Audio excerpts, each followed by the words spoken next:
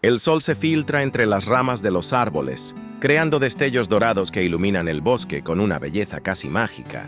Es un espectáculo único, donde la luz y la sombra danzan sobre la hierba, el musgo y las hojas caídas.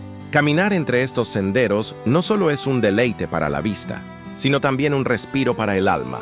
Entrar en contacto con la naturaleza nos llena de paz, nos ayuda a liberar el estrés y nos conecta con lo esencial.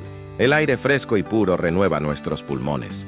El canto de los pájaros calma la mente y el susurro del viento entre las hojas nos recuerda lo afortunados que somos de tener estos espacios naturales. Por eso es importante cuidarlos, proteger los bosques, los ríos y la vida silvestre. La naturaleza nos da tanto, y depende de nosotros preservarla para las futuras generaciones. ¿Qué opinas sobre esto? Déjame tu comentario. Los estaré leyendo todos. Tu opinión es muy valiosa. Saludos y bendiciones.